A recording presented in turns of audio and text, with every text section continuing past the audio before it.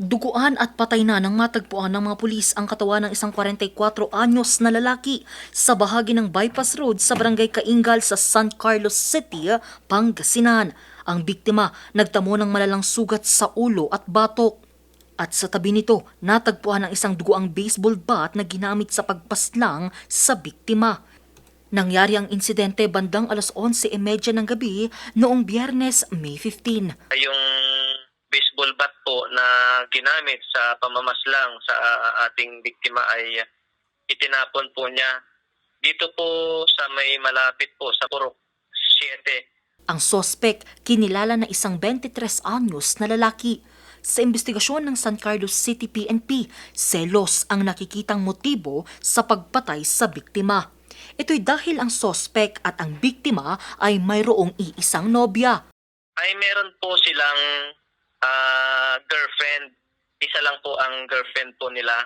Ito pong biktima, ma'am, at saka yung suspect ay hindi po sila magkakilala. Nagkakilala lang po sila noong ito pong suspect po ay tumawag sa kanilang girlfriend at ang sumagot po ay ito pong biktima. Gumawa ng paraan ng sospek para magkita sila ng biktima. Gamit ang cellphone ng kanilang nobya, nag-text ang sospek sa biktima na sila ay magkikita. Nang dumating sa lugar ang biktima, dito na siya pinaghahampas ng sospek gamit ang baseball bat.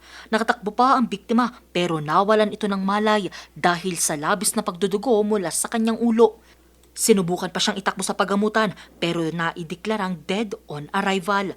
Agad namang humingi ng saklolo ang sariling kamag-anak ng sospek matapos nilang masaksihan ang krimen. Ito pong mga witness po natin ay nasaksiyan po nila mismo yung krimen. Yung area po kasi, ma'am, napakadilim at napakalayo din po doon sa saan naroroon ng mga pulis natin. Sumibat naman ang sospek pagkatapos ng insidente. Pinaghahanap na siya ng mga pulis at mahaharap ito sa reklamong murder. Angel Arquero, RNG News.